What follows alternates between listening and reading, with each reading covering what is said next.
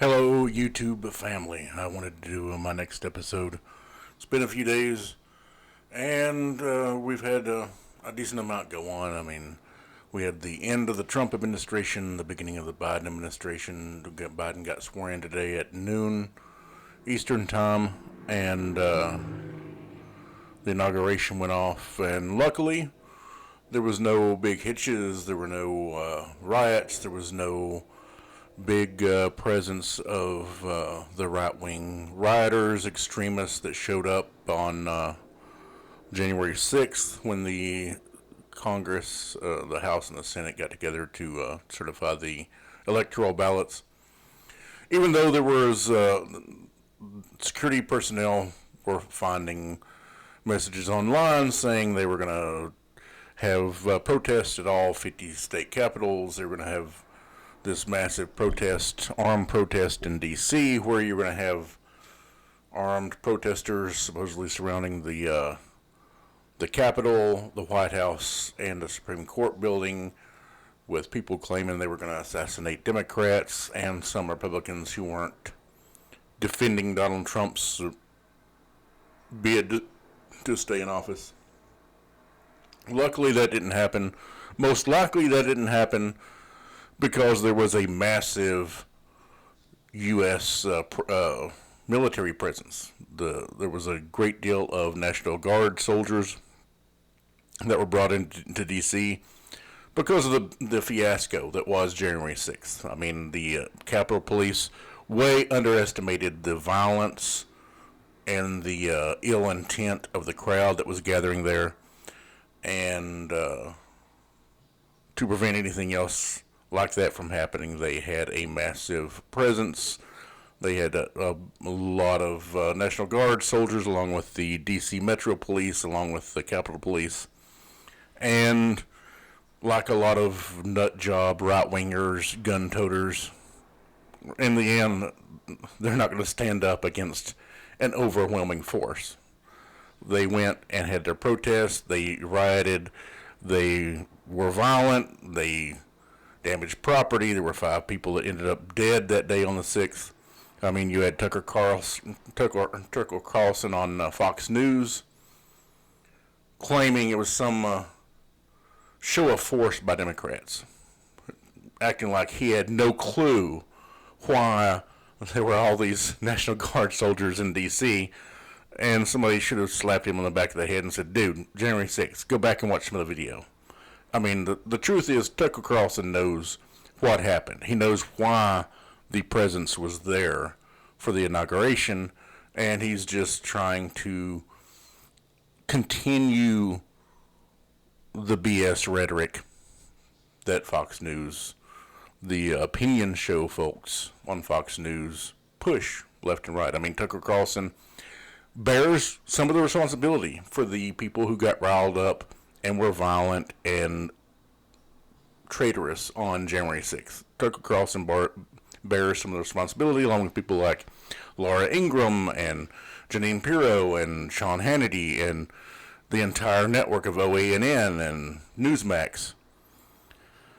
But the inauguration went off without any violence, without any big protests that were threatening to lead to violence. People just laid back because the National Guard and the police presence was massive to make sure it was a safe event. So we had the end of the Trump era this week today. Trump, as was expected, last minute he let loose with a bunch of pardons. Something that is typical of presidents at the end of their term, whether it's a one-term or two-term president. When they know they're leaving office, they issue pardons. To Trump's credit, Donald Trump did most of the pardons he issued were to people who deserve to be pardoned. Folks who were, for instance, nonviolent offenders stuck on insanely long prison sentences, stuff like the 3 strikes laws and crap like that. I mean, presidents are always pardoning people into their administration. And the thing is, some of these people who deserve to get out, people who are nonviolent offenders stuck on insanely long, nonsensical prison sentences.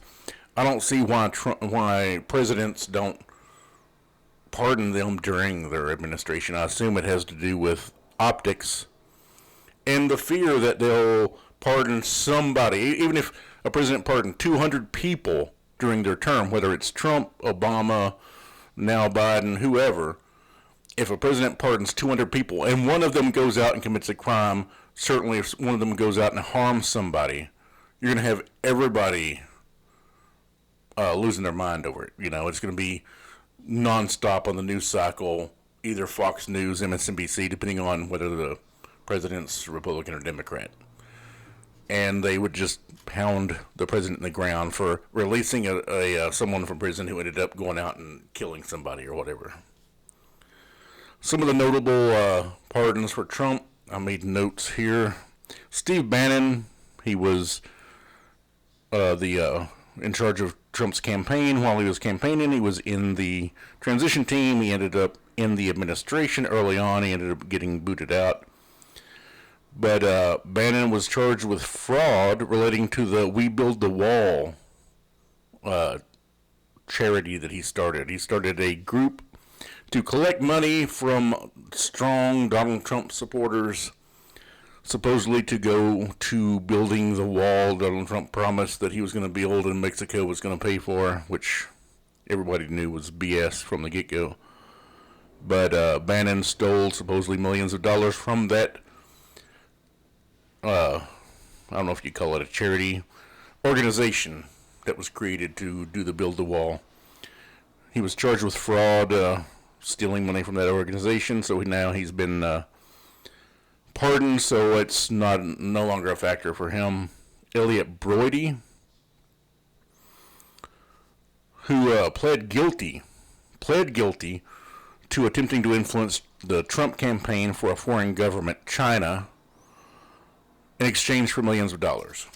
So Broidy was trying to maneuver the Trump campaign, folks in the campaign, and Trump in favor of China. And this comes with all these people constantly bringing up China with Joe Biden and his son. And the thing is, with Joe Biden and Hunter Biden, there really isn't anything there so far. You have a lot of right-wing news media that makes a mountain out of a molehill, that claims there's something there. And honestly, if there is, take it to court, you know. Because if Biden does something illegal, I want him to be held accountable too. Paul Erickson, a GOP political operative, and the ex-boyfriend of Maria Butina. I don't know if you remember her. She was the Russian woman that ingratiated herself with the GOP through the NRA. She was claiming to be wanting to loosen the gun restrictions in Russia. Got in with the NRA and threw them into the GOP. Was dating this Erickson. He pled guilty to wire fraud and money laundering related to his association with her. She, as far as I know, is still locked up. I don't know if we're just deporting her or if we're going to charge her and put her in prison. Robin Hayes, a GOP donor from North Carolina, convicted of bribing officials. Aviam Sela is an Israeli Air Force officer who was accused of being a spy. He was accused by our security personnel of being a spy against us. I mean, of all the people, most of the people Trump pardoned are people you expect. You know, allies, people who had allied themselves with him. But to pardon a spy seems a little bit egregious to me. Not the kind of people we want to pardon. That's the kind of people we want to make sure we either lock up or get out of the country and make sure they're not re-entering the country. Bob Zangrillo, who was a Miami area developer and venture capitalist who was caught up in the college admission scandal, he got pardoned. I'm assuming Trump knows him. He's a developer. He's from the Miami area. Trump obviously is now considered a Florida citizen. He's moving from the White House to Mar-a-Lago. And that guy was in the college admission scandal that, I mean, most notably, there was the girl from, I think it was Full House TV show, woman. She and her husband got caught up in that. This was the only person from that college admission scandal that Trump pardoned. I'm assuming Trump knows the guy. Either that, or this guy donated to the Trump campaign, or Trump's hoping to do business with him in the future. That's typically what you're getting out of this. You had a couple of rappers that got pardoned. I mean, Lil Wayne was one of the rappers. He had been caught in, I believe, 2019 with a gun and narcotics. The gun is illegal for him because he's a felon. He's not allowed to own a gun or possess a gun. And the narcotics, and that was a charge that he got in 2019. Obviously, 2020 was crazy with COVID. And Lil Wayne still hasn't gone to prison. He's not been convicted of anything. He was just arrested for the possession of the illegal stuff. But now he's been pardoned, so he's not going to go to trial. He's not going to get convicted of anything. He's been pardoned. And Lil Wayne was one of the rappers who started supporting, after he got arrested for all that, he started supporting Donald Trump. He came out vocally in favor of Donald Trump. And honestly, if Lil Wayne was jockeying for a pardon from Donald Trump, he went around about it the right way. I mean, everybody has known for a very long time, if you want to get something from Trump, then, you know, be a lackey. Support him, say all kinds of great, wonderful things about him, and Donald Trump will, melt in your hands. Unfortunately, foreign leaders also realized it was easy to manipulate Trump that way. But as far as the rappers and stuff, I don't care. And I mean, most of the people Trump pardoned deserved it. They were people who were stuck on ridiculous sentences. And like most presidents, most of the people who got pardoned were people who had punishments that did not fit their crime. And so, I mean, it was mostly normal. And then you have the people that are connected to the president or somebody around him. Obama, Bush, Clinton, everybody before Trump did the same exact thing. And then we had the inauguration. Biden came out, gave a speech, and it was a very milquetoast speech to me. I mean, it was a welcome change, I'm sure, for a lot of people, because we're used to the anxiety of waiting, because we've had Trump for 4 years. Every time he goes out to give a speech, everybody's waiting for the crazy thing he's going to say, the racist thing, or the xenophobic thing, or the vile nature of his tone, or the self-aggrandizement, where he's just boasting about things, usually things that he has no reason to boast about. Trump was noted for just about every time he spoke, and it may have lasted for 2 years. It may have lasted into his third year of his presidency. Every time Trump spoke, he kept talking about the election win. It was a big election win. It was massive. It wasn't massive. It was barely a win. He lost the popular vote by around 3 million. He won the Electoral College by around 80,000 votes out of 5 states combined. There were 5 Rust Belt states that combined. Donald Trump won collectively those 5 states by about 80,000 votes. That's how close 2016 was. He barely won, but he boasted nonstop about it. But we're so used to the cringiness of how Donald Trump spoke and the self-aggrandizement. And the thing is, with Biden, you saw more of a normal president. Someone who came out and spoke about things we need to fix. Spoke about unity. We need to work together to fix our problems rather than finding reasons to go to war with one another. And Biden's put out plans, stuff he plans on doing early on. I mean, I assume by now it's, the end of his first day as president, partial day. I'm assuming he's already issued numerous presidential orders and started getting his programs put in place. He has a team to deal with coronavirus. He has plans to try and roll out coronavirus. And honestly, some of his plans are good. The coronavirus thing, he plans on using the Defense Production Act to ramp up the vaccines, to get more vaccines put out faster. Saying, I'm not worried about how much money these companies can make. We need to go through the Defense Production Act, get everybody who can make the vaccine making the vaccine, so we can get them out to people as fast as possible. Great idea. Christian Biden plans on issuing $1,400 one-time payments to people. That's been a bit of contention between the centrist Democrats and the left-wing Democrats, and because people have been pointing it out that he promised $2,000 checks if he won the election. And honestly, the runoff election in early January in Georgia, you had people knocking on doors, telling voters, you help get Warnock and Ossoff elected into Senate, and they will make sure those $2,000 checks go out. Now it's $1,400 checks because people got $600 earlier. Biden's going to add $1,400 to it to up it to $2,000.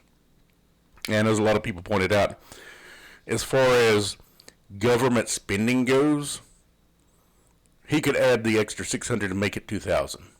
It's not that big of a deal in government financial numbers. And I think AOC, Alexandria Ocasio-Cortez, the representative from New York, said it best when she said Biden shouldn't be afraid of being popular. He shouldn't be afraid of doing something popular. He shouldn't be afraid of doing something that will make people like him. And that's the truth. He can send out the checks or the direct deposits, however, and it's a popular thing. I mean, I think around 87% in polls and surveys approve of people getting this money. Some of the money will go to people who don't necessarily need it, people who aren't about to lose their apartments, their homes, people who don't need it to buy groceries. But all the people who do need it will get it. That's the thing. The people who definitely do need it will get it. Some people who don't necessarily need it will also get it. And that's been the point of contention for some Democrats, for most Republicans, is opposing money going to people who don't need it to survive. But the thing is, who can't use an extra $2,000? Who, or $1,400? Even if it stays that, nobody argues Biden into sending out $2,000 payments to everybody. What working middle class American would turn it down? Who would say, I don't need it, just send it to some charity? Maybe there's some that would. But most working Americans, whether you're middle class, lower middle class, working poor, in the poverty level, you need, any money helps. Any money is good money. Somebody who really desperately needs it, they get it. Somebody who don't so desperately need it, they have it, and it's going to help them secure their life more solidly. I mean, what we want to do is prevent people from sliding into poverty. Because during this pandemic, we've had a decent percentage of lower middle class and middle class people slide into poverty because of all the unemployment, all the issues around people trying to get money, living through their savings. I mean, we have a lot ahead of us, and it's up to Biden. And so far, mostly what I'm getting from Joe Biden is the incrementalism that you would be used to with Democrats. Baby steps, baby steps. They don't want to do anything too bold because they're afraid of being called a socialist, which is ridiculous, because the thing is, Republicans, people like Tucker Carlson and Sean Hannity and representatives in Congress, they're going to call you a socialist, a communist, no matter if you do or don't. It doesn't matter. So do it. Help people. Get the country straight. Stop with the baby steps. Take some big boy steps for a while. And that's what I'm hoping. I'm hoping there are enough progressives in Congress that they can push Joe Biden to do the right thing and to make more bold moves as president, because just in the environmental aspect, 4 years of Trump has put us about a decade behind where we were before he took office on environmental issues. I mean, we're dealing with global warming, the climate change, whatever you want to call it, it's an extinction level event. It's not going to happen overnight, but it's definitely happening, and we're constantly rushing towards these points of no return, points where this part of our environment, it's lost. It's done. We're not getting it back. We're constantly rushing towards points of no return. In 4 years of Trump, environmentalists have said even if Biden on day one of his presidency undoes all of what Trump did, it will take us 10 years, literally 10 years, to catch back up to where we were. So we're already behind the eight ball on this. And we can't afford the baby steps of corporate Democrats because they don't want to offend their donors. But the Trump era is over. You know, Trump didn't try to pardon himself or his family members. I don't know if he talked to Democratic leaders, whether directly or through some associate in the Congress, and they told him, don't do any of that, just get out, go to Florida, and we won't pursue criminal charges over anything you... I don't know if that's why Trump did it, because Democrats gave him some kind of warm fuzzy that they weren't going to pursue him. I mean, Joe Biden's already said he's not going to try and pursue any legal actions against Trump, which I don't agree with. If someone breaks the law, they need to be held accountable just like everyone else would. If I break the law, I'm being held accountable. If you do, you'll be held accountable. If Trump does, he should be held accountable. If Biden gets into office and people find that he actually violated the law, then by all means, drag him into Congress, impeach him, get him out of office. I'm not in favor of anybody doing that. But Trump left office. It was quiet. Slinked onto his helicopter, flew away. Biden's now in office, and all of our pressure needs to be on him to make sure he does the right thing by everybody. Thanks for watching.